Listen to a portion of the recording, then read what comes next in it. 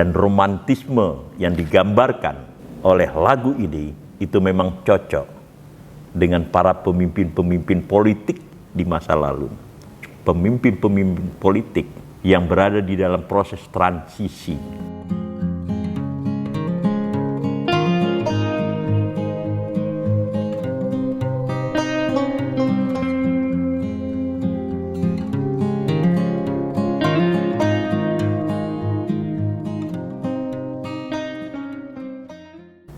Pecinta Indonesia, bangsa dan demokrasi. Bagaimana para muda-mudi pada 1950-an dan awal 60-an itu berpacaran atau menumpahkan perasaan kasih sayangnya, perasaan cintanya kepada lawan jenis. Di sini bisa kita lihat pada sebuah karya Said Effendi. Telah ku terima suratmu nan lalu, penuh sanjung kata nan merayu, syair dan pantun tersusun indah, sayang bagaikan mada fatwa pujangga. Saya pernah bercakap-cakap dengan Harmoko. Harmoko ini adalah seorang jurnalis senior yang mendirikan harian Poskota. Poskota ini agak unik. Saya pernah menulis tentang Poskota ini di Jakarta Post. Di situ saya gambarkan bahwa Poskota itu adalah satu-satunya surat kabar yang berusaha menyapa rakyat kecil, tukang-tukang beca, supir-supir truk, supir-supir bemo. Dulu ada bemo. Mungkin kalian ya yang generasi milenial ke bawah ini itu tidak tahu. Lalu kemudian pokoknya rakyat kecil secara keseluruhan. Di dalam berita-berita Poskota itu, dia tidak berbicara. Dia itu yang saya maksud di situ adalah koran Poskota itu tidak berbicara tentang persoalan-persoalan politik, melainkan menekankan persoalan yang dihadapi oleh rakyat kecil itu tadi. Jadi di dalam konteks ini bisa kita sebut bahwa harian Poskota itu adalah pioneer yang memberikan informasi dan mungkin juga memberikan rasa ingin tahu, eagerness dari rakyat kecil tentang kejadian apa yang berlangsung di sekitar yang mereka ya tidak mendapatkan informasinya. Lalu kemudian Harmoko menjadi ketua PWI, Persatuan Wartawan Indonesia, dan dari situ melompat menjadi Menteri Penerangan, kalau saya tidak salah, itu selama 2 periode. Lalu selanjutnya, karir politiknya menanjak ketika Presiden Soeharto itu mempercayakan Harmoko menjadi Ketua Umum Golkar. Dulu bukan Partai Golkar, karena Golkar dulu, ini sedikit agak aneh, karena Golkar dulu tidak mau mengakui dirinya sebagai partai politik. Tetapi ini juga makin aneh, boleh ikut pemilu bersama dengan Partai Persatuan Pembangunan atau PPP dan PDI, Partai Demokrasi Indonesia. Waktu itu belum ada P-nya atau Perjuangan. Kalau sekarang PDI ditambah huruf P di belakangnya, yaitu Partai Demokrasi Indonesia Perjuangan. Nah, ini sekelumit tentang Harmoko. Maka berceritalah dia bahwa suatu hari di akhir 1950-an, Said Effendi, pengarang lagu Fatwa Pujangga, yang bait pertamanya telah saya sampaikan tadi, itu menerima kiriman batik dari Pekalongan.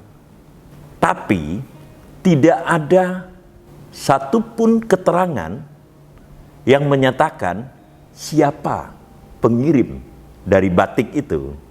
Eagerness atau keinginan tahuan dari Said Effendi ini kemudian dituangkan di dalam sebuah coret-coret, kira-kira kertas seperti ini, di sebuah warung Padang di Senen. Di sekitar akhir 1950-an dan awal 1960-an, abad lalu, Senen itu adalah tempat berkumpulnya para seniman. Nah, mungkin Harmoko juga merasa dia adalah bagian seniman. Maka di meja makan warung Padang itu, Said Effendi yang tadi sudah saya katakan menerima kiriman batik dari Pekalongan dan tidak tahu siapa pengirimnya, itu membuat coret-coret di meja makan tersebut.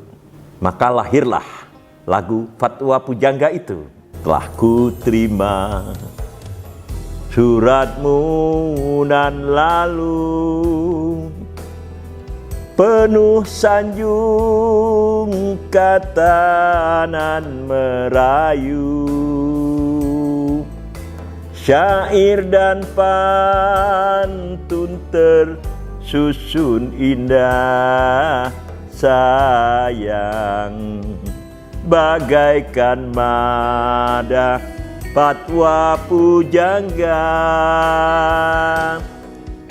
Tapi ini perlu kita tekankan, lagu ini kemudian menjadi kontestan, menjadi tandingan dari lagu-lagu cinta yang berasal dari Semenanjung Melayu. Kita tahu di Semenanjung Melayu itu muncul seorang superstar, namanya adalah P. Ramlee. P. Ramlee itu memang berasal dari Aceh, jadi Indonesia juga, tetapi orang tuanya itu sudah lama bermigrasi ke negeri jiran, negeri tetangga, Malaya pada waktu itu. Nah, lahirlah lagu-lagu Melayu yang sampai sekarang ini buat generasi setingkat saya itu masih dikenang. Salah satunya adalah sebuah lagu cinta yang menekankan rasa putus asa. Antara lain bunyinya seperti ini. Kau laksana bulan tinggi di atas kahyangan, hatiku dah kau tawan, hidupku tak keruan. Mengapa aku diseksa, mengapa kita bersua, berjumpa dan berpisah, tetap ku menderita. Lalu kemudian lagu yang juga berkaitan dengan Semenanjung, yaitu tentang aku pulang dari rantau. Aku pulang dari rantau, bertahun-tahun di negeri orang, oh Malaysia. Jadi tanah Semenanjung itu dijadikan wilayah romantik oleh justru masyarakat Indonesia atau rakyat Indonesia. Dan inilah yang kemudian mendominasi lagu-lagu itu. Memang kemudian muncul lagu agak cengeng. Patah hatiku jadinya merana sepanjang masa. La la la la la la la la la la la la la la la la la. Nah, ketika kemudian lagu yang dikarang oleh Said Effendi, yaitu Fatwa Pujangga, itu secara perlahan-lahan muncul. Tentu dia tidak menyingkirkan dominasi dari lagu-lagu P. Ramlee atau lagu-lagu yang berasal dari Semenanjung, tetapi perhatian publik Indonesia sudah mulai terlihat. Nah, ini bukan saya yang mengarang fakta ini, melainkan adalah Sofwan. Sofwan mengarang sebuah buku yang menarik sekali. Judulnya adalah Rhoma Irama, Politik Dakwah dalam Nada. Saya menjadi saksi bahwa karya Sofwan yang berjudul Rhoma Irama, Politik Dakwah dalam Nada ini, itu adalah satu-satunya di Indonesia dan pengarang Indonesia yang mengkisahkan tentang perjalanan lagu, terutama lagu Rhoma Irama, tetapi pada saat yang sama membuat perbandingan dari lagu-lagu yang pernah hit di masa lalu. Nah, Sofwan ini, dia adalah seorang akademisi yang membuat disertasi justru sangat sulit untuk kita pahami, termasuk saya.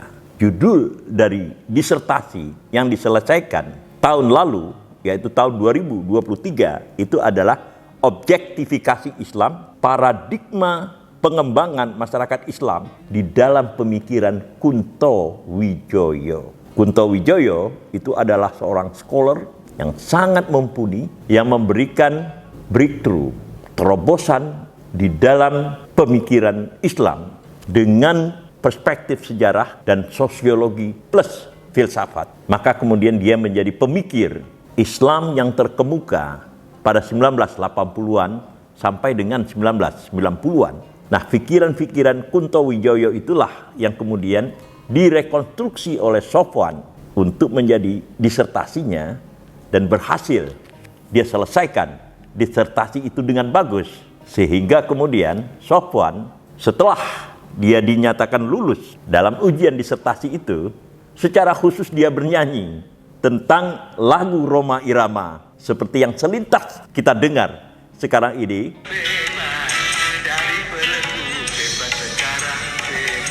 Bebas dari belenggu ya.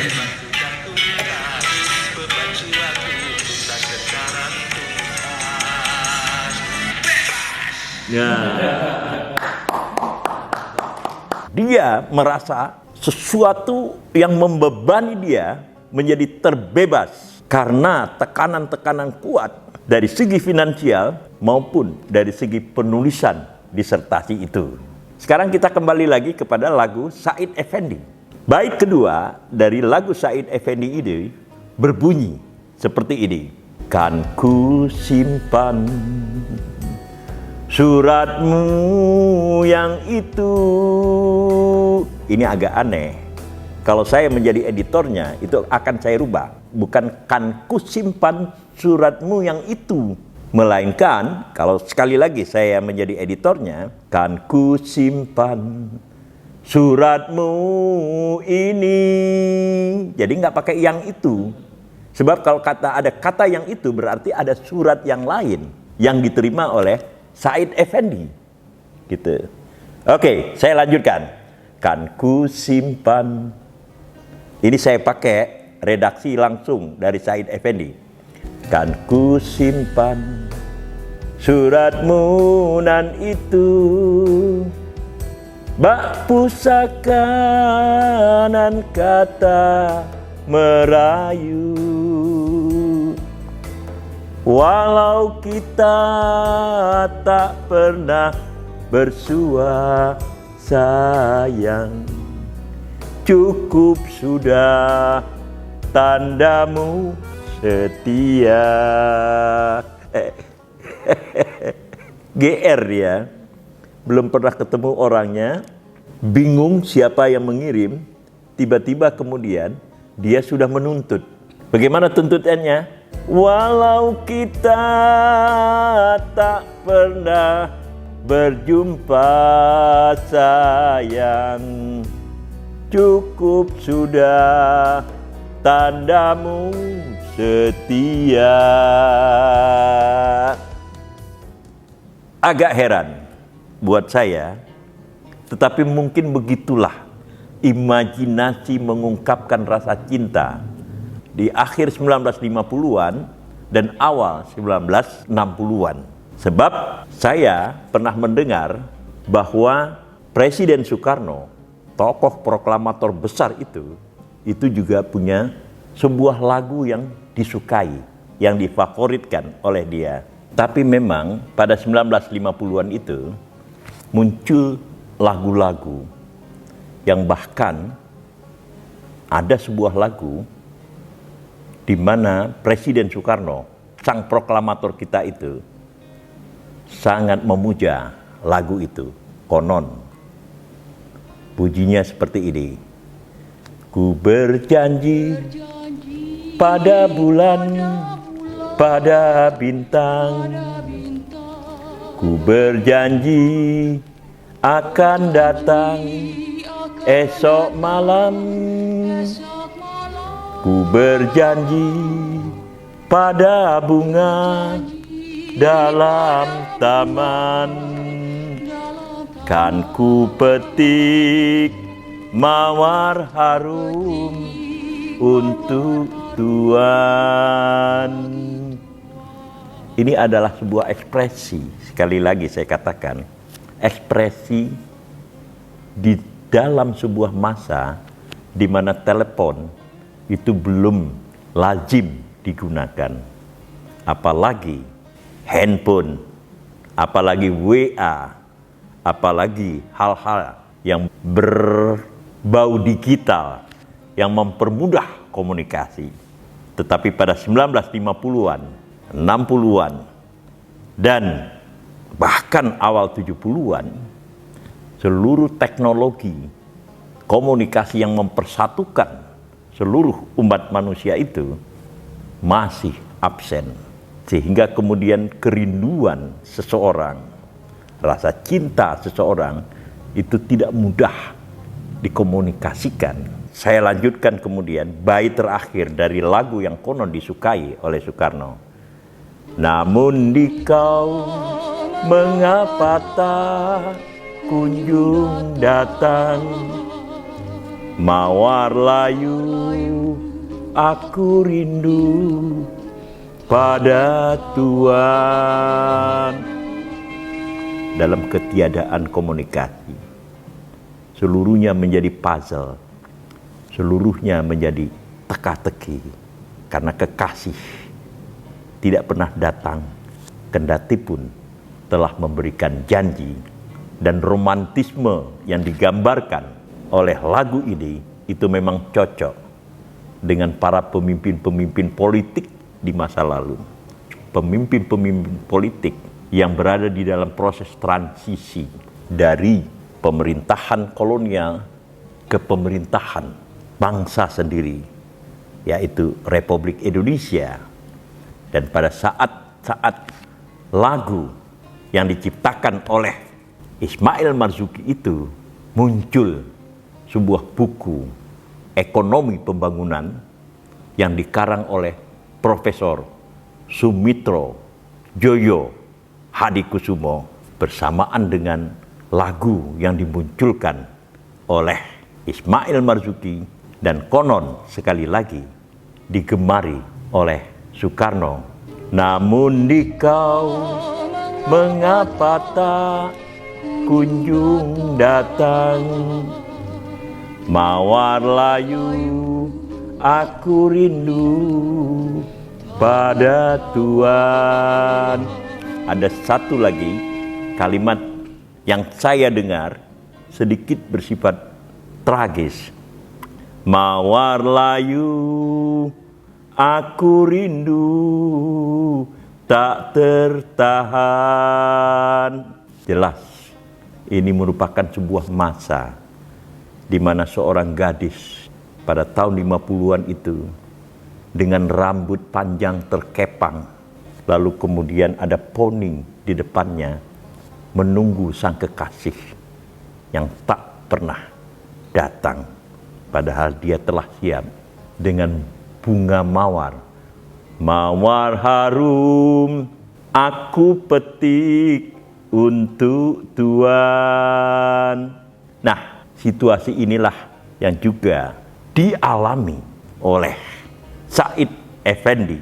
Sekali lagi ketika dia menerima kiriman batik dari Pekalongan.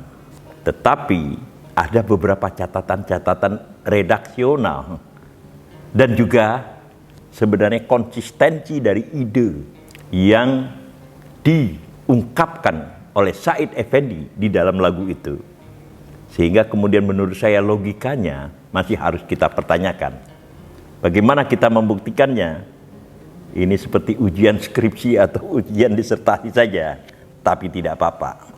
Bait berikut dari Said Effendi ini berbunyi begini. Walau kita tak pernah bersua, sayang cukup sudah tandamu setia. Itu kan artinya bahwa ada asumsi di belakang kalimat-kalimat itu.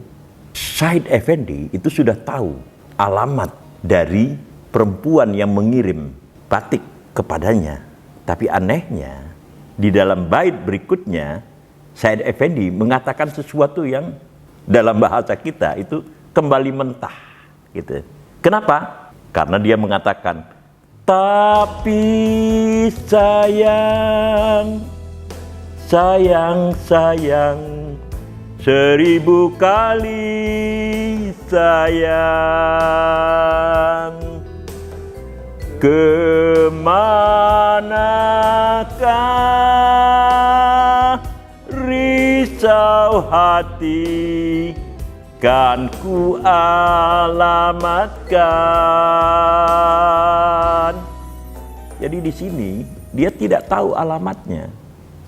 Risau hatinya itu bergelora, rindunya mungkin juga bergelora, tetapi dia tidak tahu alamatnya.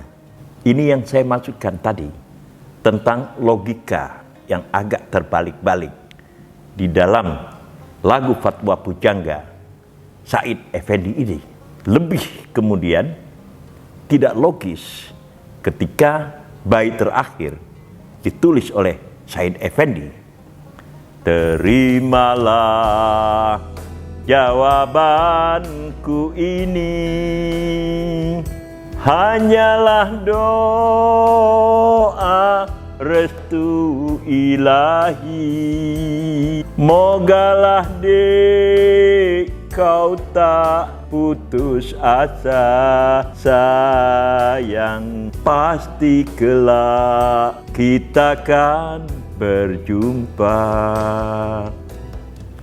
Jadi di dalam konteks ini rayuan yang muncul di dalam bait terakhir ini tentu punya daya tarik tersendiri, terutama bagi mereka yang sedang jatuh cinta dan terutama bagi mereka yang bisa menghayati bagaimana proses percintaan yang berlangsung pada akhir 1950-an dan awal 1960-an, di mana sekali lagi teknologi digital itu masih absen. Hanya saja tetap secara logika menjadi questionable, menjadi bisa dipertanyakan, sebab di atasnya pada bait sebelumnya dia mengatakan terimalah balasanku ini, tapi pada saat yang sama kemudian dia tidak tahu di mana alamatnya. Karena itu dia tidak bisa mengirim balasan itu karena si pengirim tak beralamat.